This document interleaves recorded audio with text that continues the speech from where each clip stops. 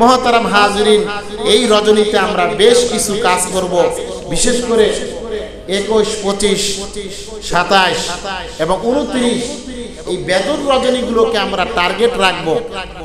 সব প্রত্যেকটা রজনীতে আমরা কিছু না কিছু ইবাদত বন্দেগী করার চেষ্টা করব। আমরা সাহারি খাওয়ার জন্য আধা ঘন্টা আগে উঠি, এখন আমি 1.5 ঘন্টা আগে উঠবো, 2 ঘন্টা আগে উঠবো, একটু কম ঘুমাইবো। আমি কি করব? আমি কোরআনুল কারীম পড়তে পারি, আমি একটু কোরআনুল কারীমের তেলাওয়াত করলাম। এই শেষ দশক অত্যন্ত ফজিলতপূর্ণ কোরআন নাজিলের রজনী, বেজর রাত্রের রজনীগুলোতে আমি উঠবো, একটু আগে আগে উঠবো, পবিত্র কোরআনুল কারীম তেলাওয়াত করলাম। আমি শেষ রাত্রে ইবাদত করার মতো সময় পাবো কি পাবো না, এমন যদি সন্দিহান হই, তাহলে আমার জন্য করণীয় হবে তারাবির নামাজ পড়ার পরে মসজিদের কোণায় অথবা আমার বাসায় এমন একটা স্থান আমি করে নেব, যেই জায়গাটা দাঁড়িয়ে নির্বিঘ্নে আমি প্রশান্তি হৃদয় নিয়ে আমি 10 রাকাত 8 রাকাত আমি নফল নামাজ পড়তে পারবো, তাহাজ্জুদের নামাজের পাবন্দি করতে পারবো। এমন একটা মাওকা, এমন একটি জায়গা নির্ধারিত করে নেওয়া, নিজের দিমাগ মস্তিষ্ককে একাকিত্বের সাগরে ডুবিয়ে দিয়ে আমি কিছু ইবাদত বন্দেগী করব। পবিত্র কোরআনুল কারীম তেলাওয়াত করতে পারি, পবিত্র কোরআনুল কারীমের তেলাওয়াত করব, এ একটা আমল হতে পারে। আমি পবিত্র কোরআন পড়তে পারি না, নির্ধারিত যেই কটা সূরা আমি মুখস্থ পারি এই কটাকে আমি তেলাওয়াত করতে থাকলাম, এটাও একটা আমল, এটাও একটা জিকির হবে। তাও যদি পর্যাপ্ত সূরা না পারা যায়, আমি মাওলার জিকির করি, সুবহানাল্লাহ, আলহামদুলিল্লাহ, আল্লাহু আকবার। পয়গম্বর আরবি বলেন, আল্লাহ তাআলার সিফতি নাম বান্দা তার জবান দ্বারা নিতে দেরি করে, আল্লাহ তাআলা জান্নাতে ফলের বৃক্ষ রোপণ করতে দেরি করেন না, বলেন না সুবহানাল্লাহ। এই জন্য মেহেরে মোহতারাম হাজরিন, শেষ দশকের সময়গুলোকে অবহেলায় অনর্থক বেহুদা কাজের মধ্যে মশগুল না রেখে আমরা একটু আগে আগে প্রয়োজনে ঘুমিয়ে যাব। যদি রাতের আধারে সাহারির আগে যদি আমরা ইবাদত করতে চাই, তাহলে অবশ্যই আপনাকে আমাকে আগে আগে ঘুমানোর অভ্যাসটা আপনাকে আমাকে করতে হবে। এই জন্য আপনাকে আমাকে 1 নম্বর সিদ্ধান্ত নিতে হবে, এই শেষ দশকের প্রতিটা রজনীকে হায়াতের জিন্দেগির জন্য আমি গনিমত মনে করব। এটাকে অনর্থক এবং বেহুদা কার্যক্রমে আমি নষ্ট করার জন্য আমি ঘৃণ্য ষড়যন্ত্র অথবা অবহেলার নজর আমি দেখব না। দ্বিতীয় নাম্বার যে ইবাদত বন্দেগী, সেটা হচ্ছে ইতিকাফকে গুরুত্ব দেওয়া, ইতিকাফের আমল।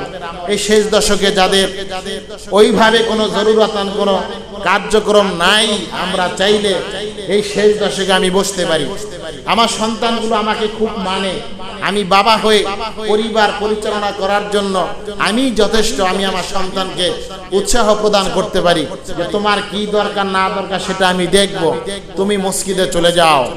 মনে রাখবেন, হায়াতের জিন্দেগির পরিবর্তন করার জন্য পরিবেশ দরকার আছে। পরিবেশ ব্যতীত মানুষ তার হায়াতের জিন্দেগি পরিবর্তন আনতে পারে না। আপনি একটা নেশাখোরের সাথে চলাচল করবেন, আপনি একদিন আগে হোক পরে হোক তার নেশার যে একটা খারাপ প্রভাব, এটা আপনার ভিতরে বিস্তার লাভ করতে থাকবে।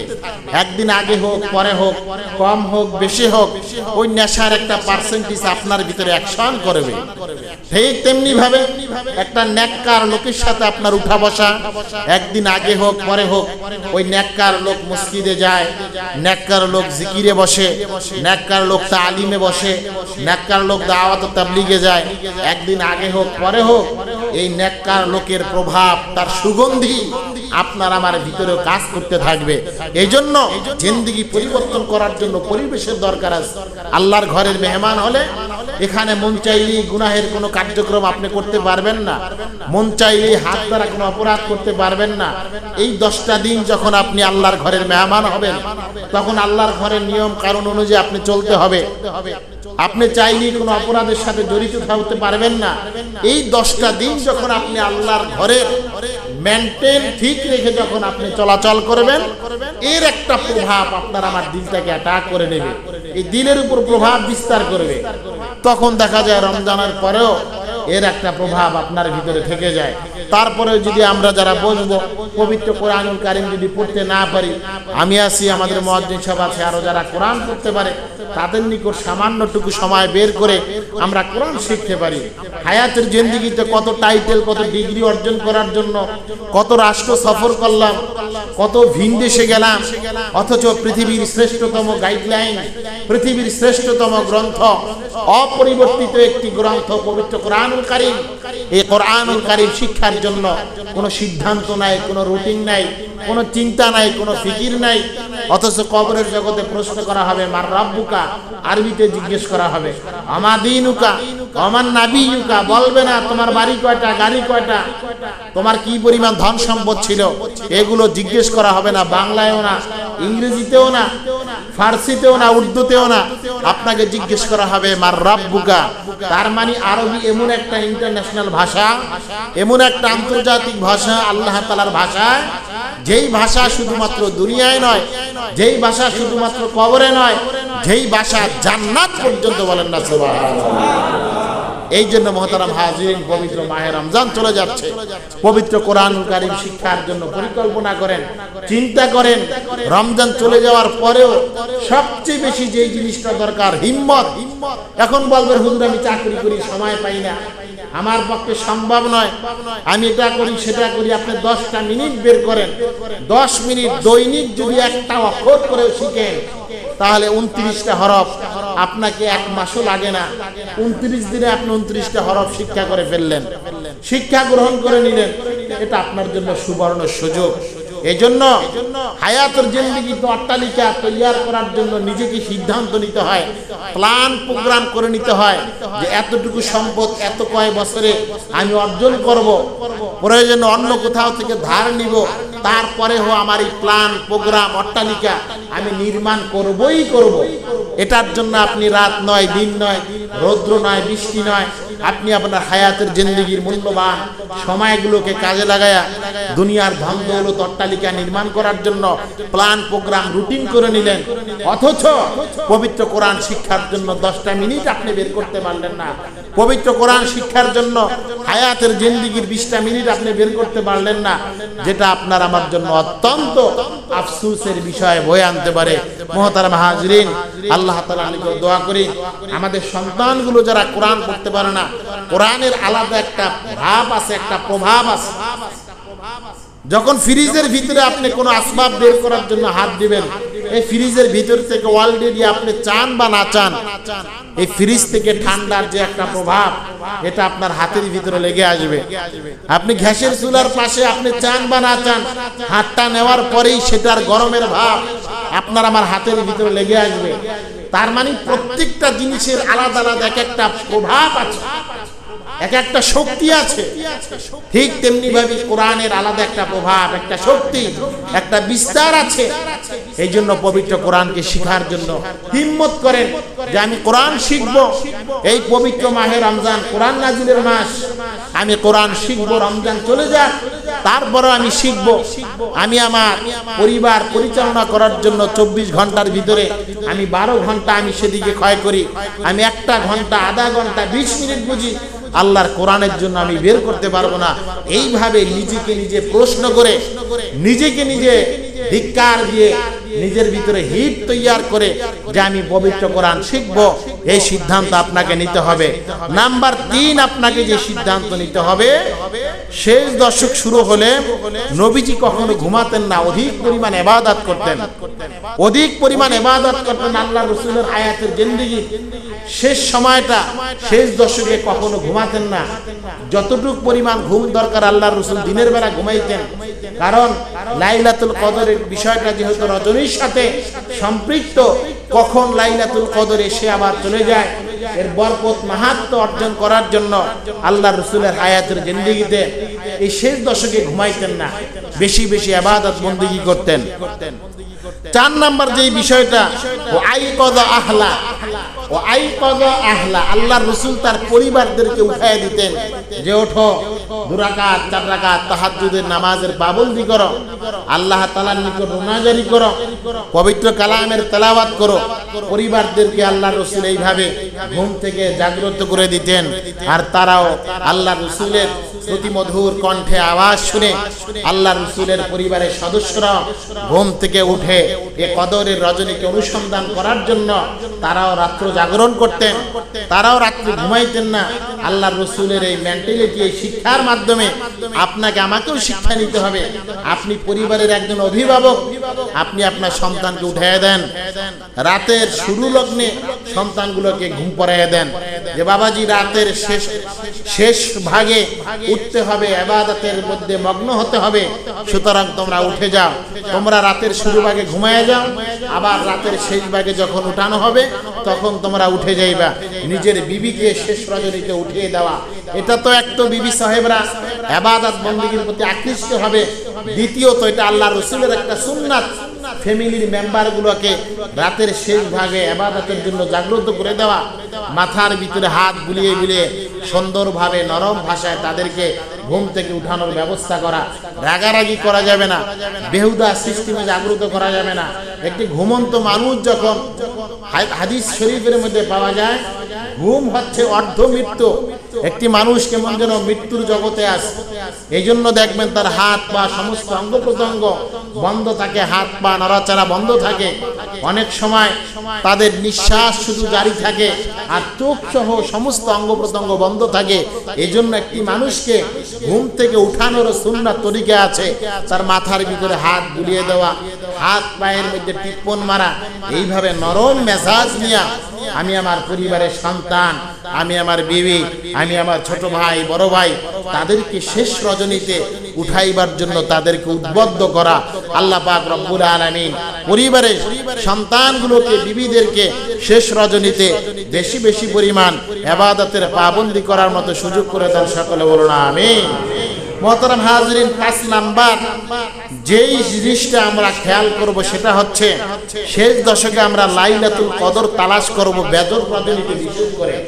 আল্লাহর রাসূল যেহেতু বলেছেন লাইলাতুল কদরি ফিল উইত্রি, তাআরাও লাইলাতুল কদরি, তোমরা অনুসন্ধান করো বেজর রজনীতে। 21, 23, 26, 21, 23, 27 এবং 29 এই রজনীগুলোতে আমরা বেশি পরিমাণ গুরুত্ব দান করব। একদিন আগে আমি আমার সন্তানকে বলে দেব যে দেখো আগামীকাল কিন্তু 23তম রজনী, এই 23তম রজনী বেজর রজনী, আজকেই তোমাকে প্রস্তুতি নিতে হবে, আজকে একটু বেশি পরিমাণ ঘুমাও, কালকে যেহেতু রাত্রি জাগরণ করতে পারো। এইভাবে সন্তানগুলোকে আগে থেকেই গাইডলাইন দিয়ে দেওয়া, বিবিদেরকে আগে থেকেই বলে দেওয়া আগামীকাল 23তম রজনী, আগামীকাল 25তম রজনী, আগামীকাল 27তম রজনী, আগামীকাল 29তম রজনী। 29তম রজনী যখন অনেক সময় দেখা যায় আমাদের ভিতরে যখন চাঁদরি রজনী আসে, তখন আমাদের গুনাহের পরিমাণটা বেড়ে যায়, অনর্থক অযথা বেহুদা কার্যক্রমে নিজেরা নিযুক্ত হয়ে যায়, সন্তানগুলোকে নিযুক্ত করে দেই। এই ধরনের কাজে নিজেও সম্পৃক্ত হব না, নিজের সন্তানগুলোকে সম্পৃক্ত করার মতো দুঃসাহসিকতা দেখাইব না। হাদিস শরীফের মধ্যে পাওয়া যায় যে সমস্ত রজনীগুলো বরকতপূর্ণ, ওই বরকতপূর্ণ রজনীগুলোর মধ্যে থেকে অন্যতম হইল চাঁদনী রজনী। এই চাঁদনী রজনীতেই আল্লাহ তাআলার বরকত মাহাত্ম্য ও আল্লাহ তাআলার বান্দার প্রতি বিশেষ পরিমাণ দেওয়া হয়। এজন্য আমরা এটাও সিদ্ধান্ত নিব আজ থেকে যে আমি আমার সন্তানকে এই চাঁদনী রজনীতে কোনো মরিচবাতি, কোনো খেল তামাশার আসবাব, অন্য মানুষের ইবাদত বندگিতে বিঘ্ন হয় এমন কোনো আসবাব আমি আমার সন্তানের হাতে তুলে দেব না। এই সিদ্ধান্ত যখন আমরা নেব তখন দেখা যায় সন্তানগুলো দিনের প্রতি কোরআন এবং সুন্নাহর অগাধ ভালোবাসা তার দিলের ভিতরে কাজ করবে, আর এর একটা প্রভাব আপনি মা বাবা হয়েও পাবেন।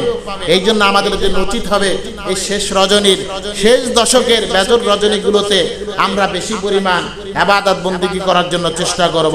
আল্লাহর রাসূলের পক্ষ থেকে আরেকটি ইবাদত, আরেকটি আমল হচ্ছে আল্লাহর রাসূল এই বেজর রজনী এবং শেষ দশকে বিশেষ করে একটি দোয়া সাহাবায়ে কেরামগণদেরকে শিক্ষা দিতেন, আর সেই দোয়াটি কোরআন এবং সুন্নাহ হাদিস শরীফের মধ্যে আমরা পেয়েছি। আল্লাহর রাসূল বলেন এই শেষ দশকে তোমরা এই দোয়াটা বেশি বেশি পড়ো, আল্লাহুম্মা ইন্নাকা আফুউন তুহিব্বুল আফওয়া ফাফু আন্নি, আল্লাহুম্মা ইন্নাকা আফুউন তুহিব্বুল আফওয়া ফাফু আন্নি। হে আল্লাহ আপনি ক্ষমাশীল, আপনি ক্ষমা করতে ভালোবাসেন, অতএব আপনি আমাকে ক্ষমা করে দেন। বলেন না সুবহানাল্লাহ। সকলে বলেন আল্লাহুম্মা ইন্নাকা আফুউন তুহিব্বুল আফওয়া ফাআফু আন্নী।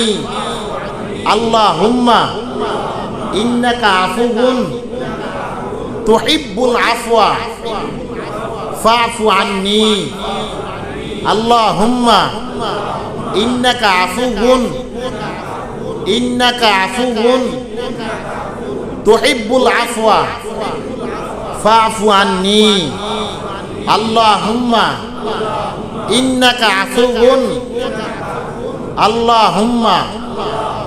ইন্নাকা আফুউন তুহিব্বুল আফওয়া ফাআফু আন্নী।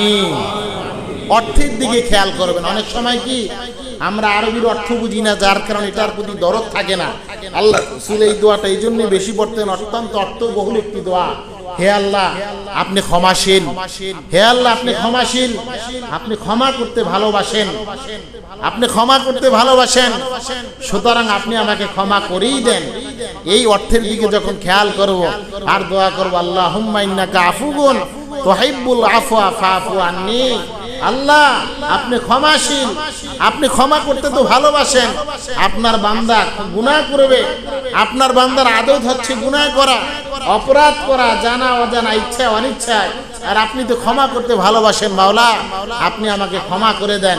এইভাবে যখন চোখের পানি মিশ্রিত রোনাজারি হবে, মহান রবের দরবারে যখন মোনাজাত হবে, আল্লাহ পাক ফেরেশতাদেরকে বলবে, ও ফেরেশতারা দ্রুত চলিয়ে যাও, আমার ঈমানদার বান্দা একত্র চিত্তে রাতের আধারে মুসাল্লায় দাঁড়িয়ে রবের দরবারে সালাত আদায় করে আমি আল্লাহর দরবারে এইভাবে কান্নাকাটি করে যাও, দ্রুত চলে যাও, আমি আল্লাহ পাক ওই বান্দাকে ক্ষমা করে দিলাম। বলে সুবহানাল্লাহ। মুহতারাম হাজরিন, এই জন্য এই রজনীর অন্যতম আমল এই দোয়াটা আমরা বেশি বেশি করব। শেষ দশকের যে কোনো ওয়াক্তের নামাজের পরেই আমরা এই দোয়াটা করতে পারি। একা একা হাঁটাহাঁটি করতেছি, এই দোয়াটা করতে পারি। আল্লাহ হায়াতের জিন্দেগিতে অনেক গুনাহ করেছি, আল্লাহ এমন গুনাহ করেছি যেটা আমার সন্তান জানে না, পরিবার জানে না, আমার বিবি জানে না, আমার ফ্যামিলির মেম্বাররা কেউ জানে না। আল্লাহ একমাত্র আমি আর তুমি জানি, আল্লাহ আর কেউ জানে না। এইভাবে মালিকের দরবারে রোনা আজারি করতে থাকলে আল্লাহ তাআলা আপনার আমার হায়াতুল জিন্দেগির গুনাহগুলো ক্ষমা করে দেবেন। এই জন্য মুহতারাম হাজরিন, এক নাম্বার সিদ্ধান্ত আমরা এই রাত্রিতে আমরা বেশি বেশি পরিমাণে ইবাদত করার চেষ্টা করব। 50 জন 100 জন একসাথে এইরকম না, আপনি আপনার দিলকে একত্রিত করে মসজিদের কোনায় দাঁড়িয়ে, বাসায় কোনায় দাঁড়িয়ে এমন ভাবে মনোযোগ দিবেন যে পৃথিবীর কোনো মানুষ আপনাকে দেখে না, একমাত্র আল্লাহ পাক আপনাকে দেখতেছেন, আল্লাহ পাক আপনার ইবাদত দেখতেছেন। এইভাবে মহান রবের সাথে গভীর সম্পর্ক করে যখন আমরা ইবাদতে দাঁড়াইব, তখন এর একটা মজা আলাদা, সেটা আপনি অনুভব করতে পারবেন। বাসায় একটা জায়গা নির্ধারণ করে নেন, ওই জায়গাটা আপনি ইবাদত করবেন, জায়নামাজটা বিছানো থাকবে, পরিবেশ তেমন ভাবে করে নেবেন। অনেক সময় আমাদের বাসার বিভিন্ন আলমারি অথবা সুকেসের ভিতরে অথবা বিভিন্ন জায়গায় বিভিন্ন মূর্তি রাখা হয়, সেখানে নামাজ তো দূরের কথা, আল্লাহর রহমতের ফেরেশতাও তো সেখানে যাবে না। কি দরকার ছিল এগুলোকে রাখা? যে আসবাবের কারণে রহমত বরকত, মহান রবের রহমতের ফেরেশতারা আসতে চায় না, আপনি যেই বিছানার উপর মৃত্যুবরণ করবেন, ওই বিছানার আশেপাশে আলমারিতে যদি বিভিন্ন বাঘ, বিচ্ছু অথবা জীব জানোয়ারের কোনো আসবাব থাকে, তাহলে তো সেখানে রহমতের ফেরেশতা আসবে না।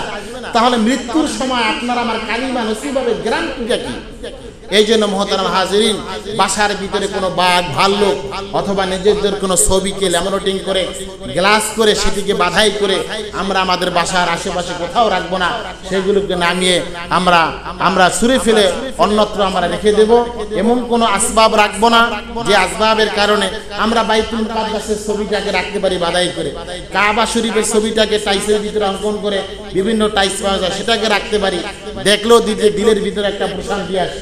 অথবা বিভিন্ন ঝর্ণা, ফুল, বিভিন্ন বাগিচার দৃশ্য ঘরের ভিতরে রাখা যায়, কোনো সমস্যা নাই। কিন্তু কোনো হায়াওয়ান, কোনো জানোয়ারের ছবি যখন আমরা আমাদের ঘরে রাখবো, তখন এটার দ্বারা রহমতের ফেরেশতা ঘরে তো প্রবেশ করবেই না, এটার দুর্গন্ধের কারণে। পাশাপাশি আপনার আমার ইমানটা ইমানের হালতে যে মৃত্যু হবে, ওইটার কোনো গ্যারান্টি নেই। এই জন্য আমাদের বাসার পরিবেশটাকে নামাজের পরিবেশ করে নেব। আল্লাহ পাক রব্বুল আলামিন কবুল করে সকলে বলুন আমিন।